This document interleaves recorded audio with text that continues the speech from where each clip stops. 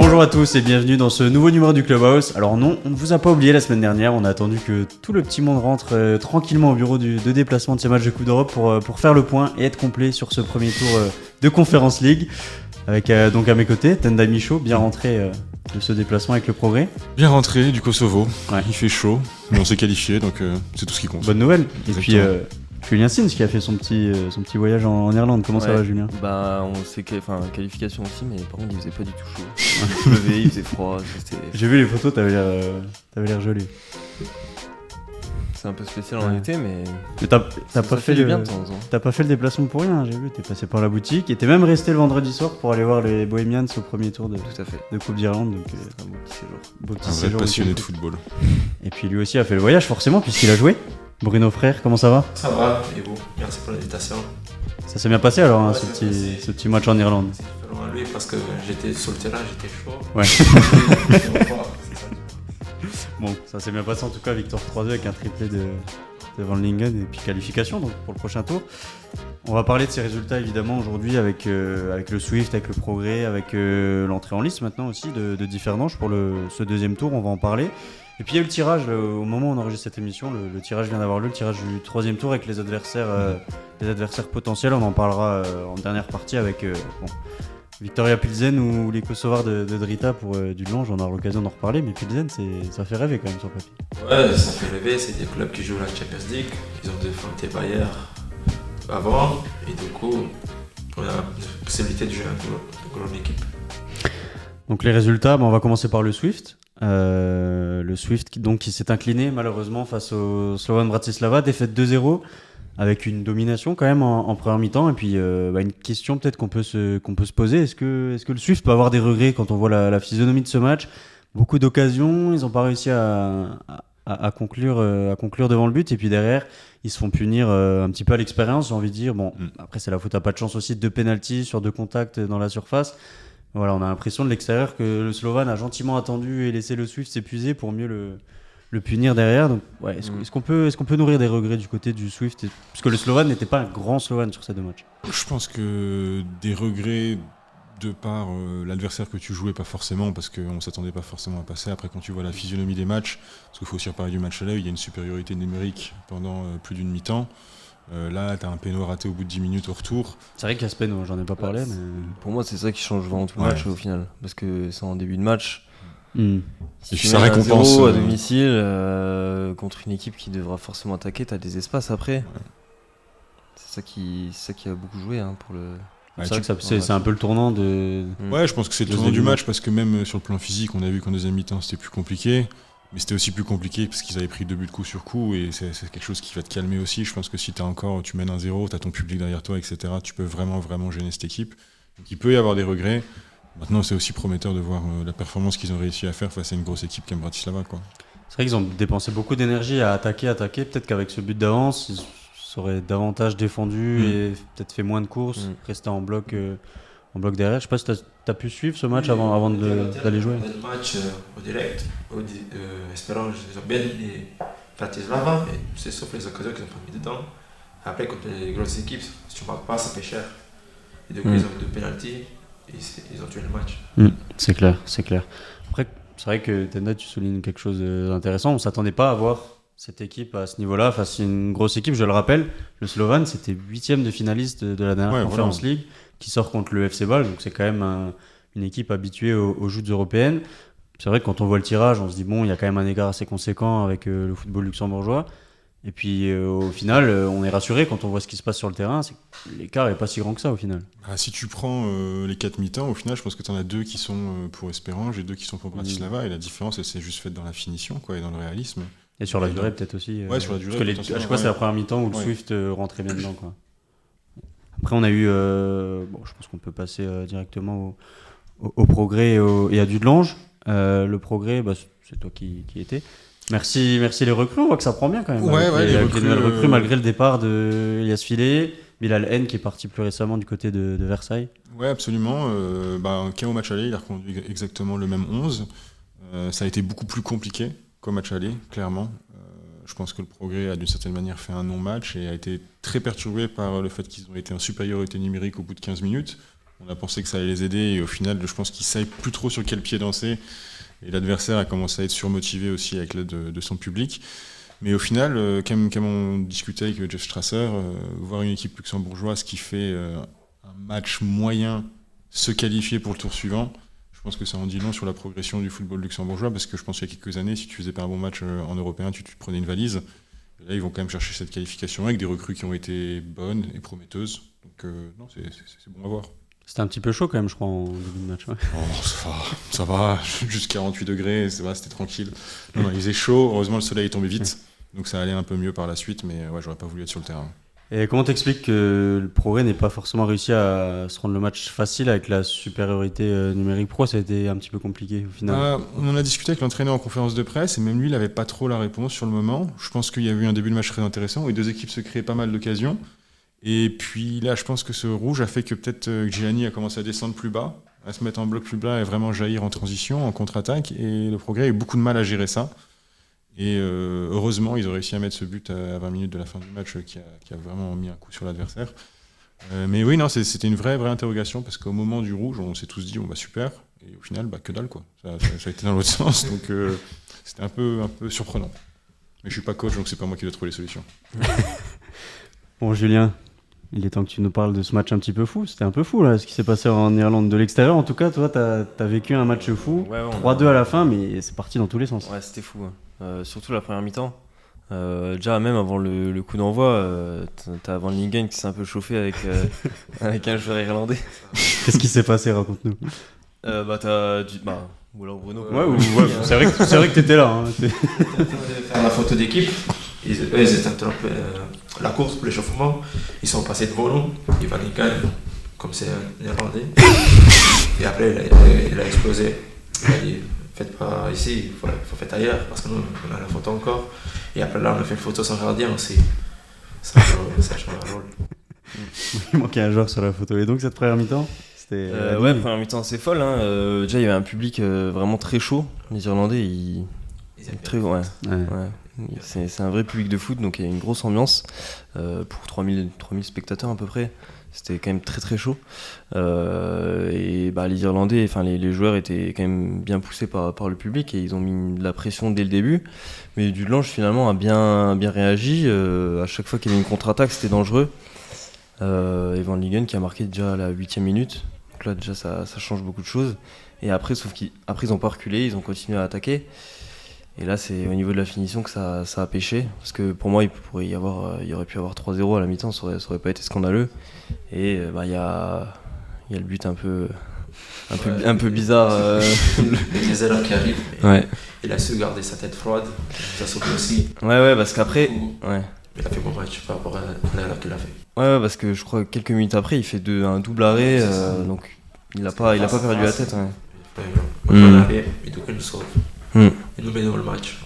Comment t'as vécu toi ce match que lui de l'extérieur, tu vois, il avait un match un peu fou, animé, que ça allait dans tous les sens. Quand on est dedans comme ça, on sent que c'est... Dedans, c'est tout le temps, chaque côté, c'est 50-50, c'est duel partout, des tacles, ça fait du bien aussi. Parce que nous, on aime jouer avec une ambiance. Et du coup, dès qu'on marque le but, il y a le silence total au stade. Et ça donne plaisir de mettre tout le monde à la...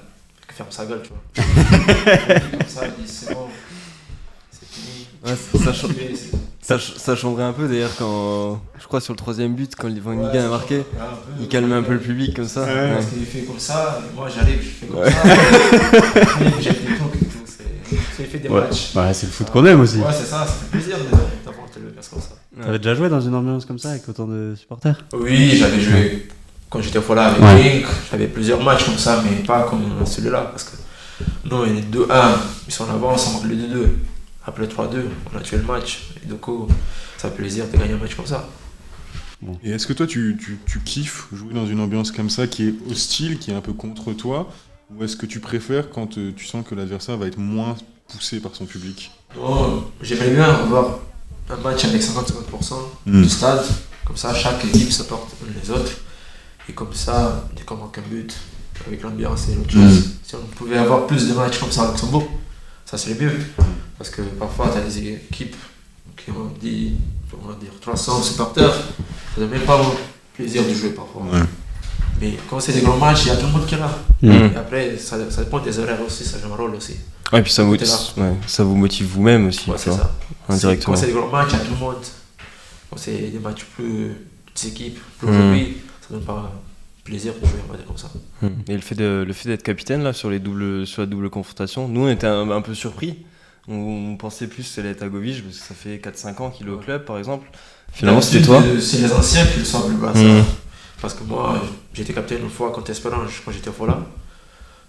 Et du coup, quand j'ai su que j'étais capitaine, j'ai parlé avec Agovic pour lui expliquer que c'était pas moi, c'était le coach qui a fait son choix. Il s'était trompé peut-être, non? Comme il ne connaissait pas. Non, je plaisante. Et après, dès que j'ai vu la feuille, c'était moi, et du coup, j'ai motivé mes collègues, mes coéquipiers, et on a fait un bon match. Il t'a expliqué un petit peu pour quelle raison il t'avait choisi? C'était quoi ses explications? Bon, il a pas expliqué, mais il est juste capitaine et c'est tout.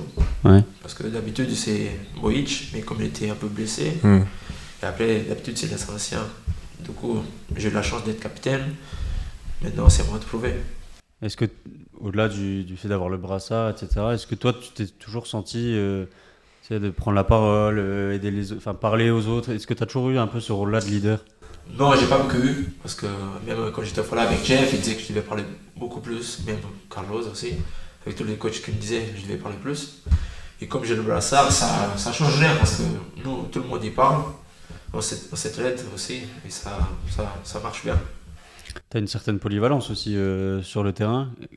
C'est quoi ta position préférée et est-ce que pour toi c'est un plus, selon toi, de pouvoir jouer un peu partout? Ouais, j'aime bien jouer partout, mais mon poste préféré c'est le 6. 6 ou 8. Comme ça, je défends et j'attaque un peu. Et comme ça, je peux aider mes coéquipiers. Tendai. Ouais, moi je me posais une question parce que bon, les matchs européens ont montré que Dudelange était toujours bien présent. Mais c'est vrai que cet été, il y a quand même pas mal de gens qui se sont posés des questions. Il y a eu beaucoup de départs. Est-ce que toi, tu as eu une réflexion aussi à l'idée de partir? Et qu'est-ce qui a fait que tu es resté? Non, moi, comme la saison passée, j'ai pas beaucoup joué par rapport à la règle des GT. Du coup, j'avais cette saison pour jouer et prendre plaisir que j'ai pas eu la saison passée. Du coup, j'ai parlé avec le directeur sportif. Il a dit qu'il avait formé une bonne équipe compétitive. Et du coup, j'ai décidé de rester. Et là, on a des bons joueurs. On a fait 2 bons matchs. Maintenant, on va avoir le match contre l'équipe de Malte. Van Lingen, qu'est-ce que tu en as pensé ces premiers matchs? C'est un tueur dans le but. Ouais. Déjà, le match Coupe Championnat, il a marqué contre nous. J'ai la facilité qu'il a marqué contre nous au match de sport. Et du coup, devant le but, c'est un finisseur. Les 2 pieds, parfois, c'est pas avec les pieds, il joue. Ouais. Parce que j'ai demandé, il m'a dit parfois le coup franc, je frappe pied gauche. Et après, je frappe pied droit. Il est contre la tête. Et quand tu as joué contre lui, tu pensais que c'était un joueur qui avait le niveau pour vous rejoindre? C'était un joueur qu'il vous fallait? Est-ce que ça, vous en parlez peut-être des fois entre vous quand vous jouez contre quelqu'un? Vous dites, ah, lui, ce serait bien qu'il nous rejoigne l'année prochaine? Là, on n'a pas beaucoup pensé à ça parce qu'on avait une sacrée équipe la saison passée. On avait des joueurs qui faisaient la différence. Du coup, comme on a perdu certains joueurs de cadre qui faisaient la différence, on a pu aller chercher des autres qui ont comblé les espaces qui avaient le vide. Et du coup, comme il est venu Yakuro, Kino, on a des bons joueurs. Et du coup, on a plus de temps pour mettre ça en place. Mais là, ça se voit qu'on est en train de former une bonne équipe. Mais précisément, on voit que la mayonnaise prend. Tu as parlé d'avoir une équipe compétitive. Toi, ce serait quoi tes objectifs en championnat cette saison? Par rapport au championnat, nous, on va essayer de jouer le titre. Ok. Parce que c'est ça notre objectif. Même si on a perdu quelques jours de cadre, on va tout faire pour jouer le titre ou gagner la coupe. C'est ça notre objectif. Ok. Même d'aller plus loin en Conference League. C'est ça l'objectif. Quelle différence tu vois entre... alors c'est difficile de comparer les entraîneurs, mais tu as eu Carlos Fanguero l'année dernière. Là, il y a le nouvel entraîneur. En quoi ça peut être peut-être différent dans le style, dans le système? Les deux, c'est totalement différent par rapport à l'autre monde. Mais ils ont la même chose, c'est ils gardent l'intensité. Ils veulent tout le long qu'on soit en forme, qu'on ne se relâche pas. Et du coup, on a appris des bonnes choses avec Carlos, qu'avec le nouveau coach, on met en place aussi. Et là, avec sa façon de jouer, ça aide aussi. C'est vrai que moi, ce qu'il nous avait dit en conférence de presse, c'est qu'il voulait tout le temps presser. Même au match retour, là, vous avez pressé dès le début du match. Donc par rapport à Carlos Fanguero, ça change pas trop. Parce que vous mettez tout le temps la pression, tout le temps pressé et tout. Donc, laisse pas les équipes respirer. Ouais, c'est ça. Bon, On va pouvoir parler du deuxième tour qui arrive cette semaine. Donc je vais rappeler un petit peu les affiches. The New Sense contre le Swift. Donc ça c'est ce mardi déjà. Pour vous, c'est Xira United, les Maltais. Alors The New Sense c'était des Gallois. Xira United, les Maltais. Midtjylland Progrès. Ça c'est jeudi. Et FC Differdange Maribor. Mercredi, pardon. Et FC Differdange Maribor jeudi. C'est le seul match à domicile cette semaine d'ailleurs. Déjà, selon vous, est-ce que déjà sur ces 4 matchs, est-ce qu'on peut dire que le Swift et Dudelange peut-être sont les deux favoris sur ces 4 matchs par rapport au tirage, par rapport à l'adversaire? Je pense que Espérange, oui. Ça, pour moi, il n'y a aucun débat. C'est pas l'adversaire le plus dangereux sur le papier. Et ce qu'ils ont montré est déjà très prometteur sous l'ère Carlos Agüero. Après, Dudelange, moi j'ai quand même le sentiment que les 2 matchs européens qui ont été joués là ont montré que le groupe avait pris très vite. Qu'il y avait vraiment une sorte d'unité et un jeu aussi fort plaisant. Et si tu as un buteur en plus devant, ça aide forcément. Donc peut-être un peu favori, mais je m'emballerai pas non plus. Ouais, enfin, le truc c'est qu'on connaît pas trop l'équipe de Xira. Ils ont gagné au tir au but contre le tour précédent. Ils font beaucoup de matchs nuls et tout, donc mais la valeur de l'équipe sur Transfer Market elle est la double de celle de Dudelange aussi. Donc voilà, ça veut tout et rien dire, mais bon, on connaît pas trop sa valeur sur le terrain. Ouais, c'est sûr. Donc est-ce qu'ils sont favoris ou pas on saura ça déjà dans 2 jours, dans 3 jours. Est-ce qu'on peut dire qu'ils sont favoris avec ce qu'ils ont fait quand même au tour d'avant contre les Irlandais? Je pense que peut-être les Irlandais et Xira United, c'est peut-être sensiblement le même niveau. J'espère, probablement. Après, effectivement, il y a eu des belles promesses contre les Irlandais. Et puis, avec un Van Lingen qui peut marquer à tout moment, ça change beaucoup de choses. Hein. Les autres matchs, le Progrès contre Midtjylland, est-ce que le Progrès est condamné à l'exploit? Parce que Midtjylland, c'est quand même costaud. Oui.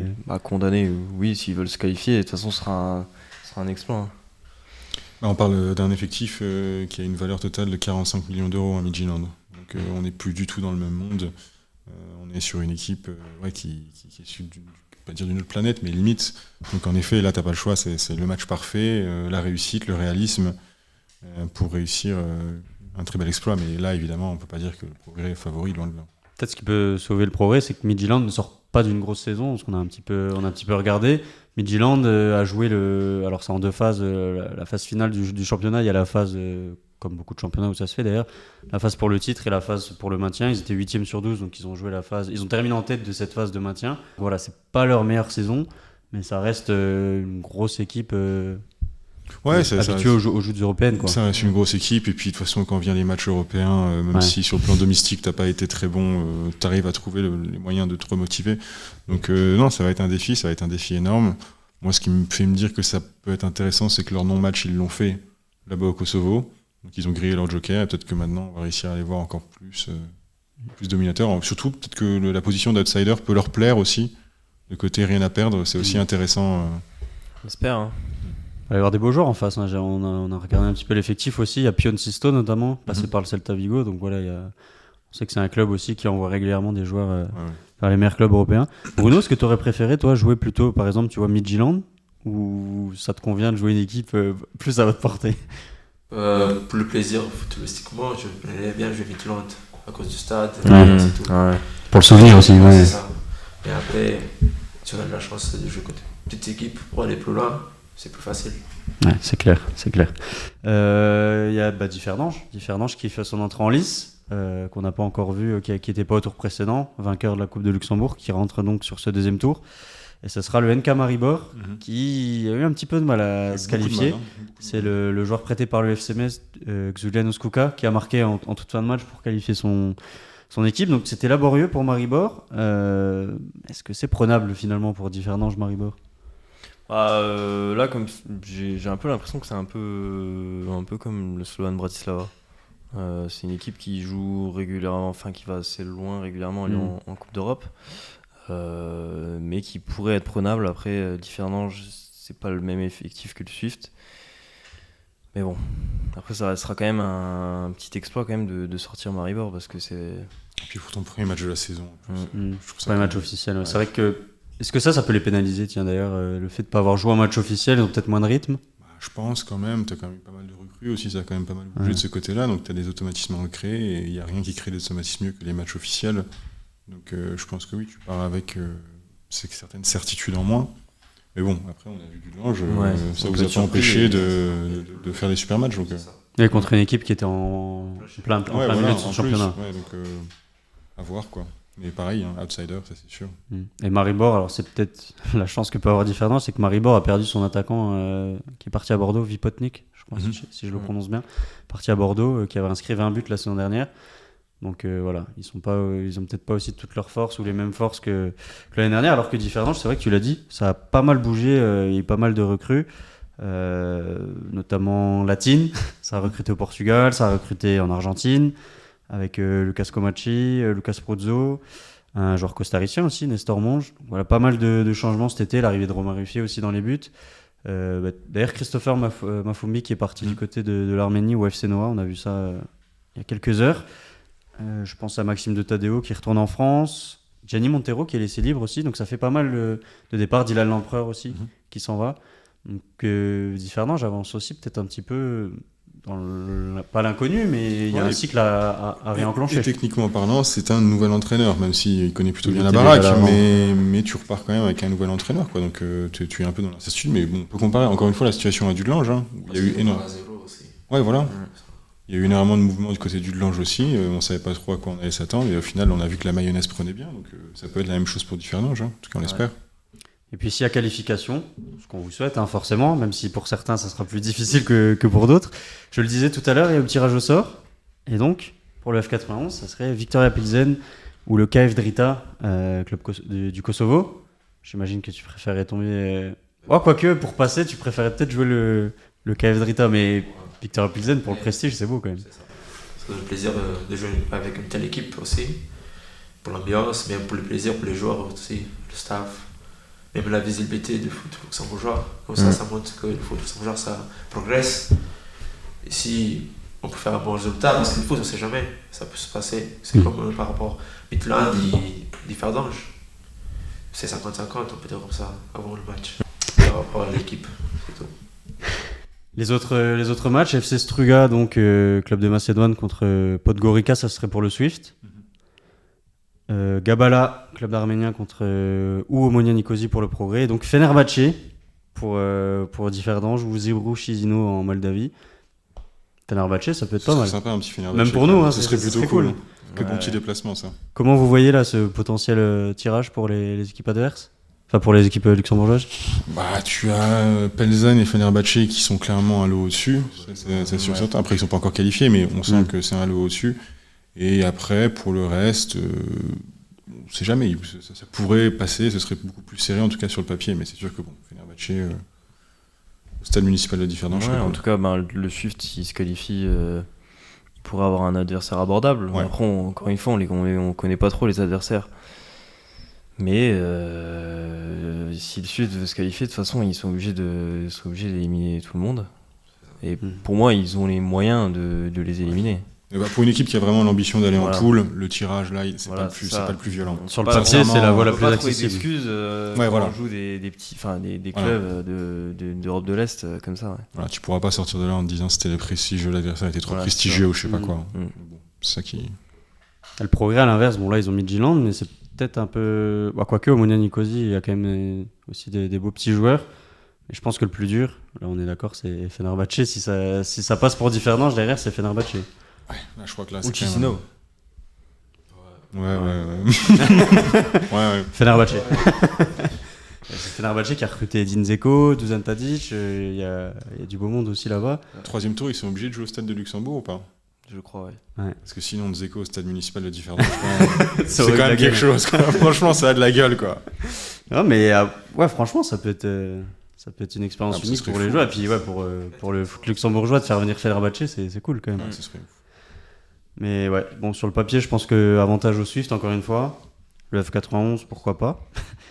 Et puis, bon, le Progrès, il faut déjà battre Midtjylland. Et puis, Differdange, ça serait exceptionnel.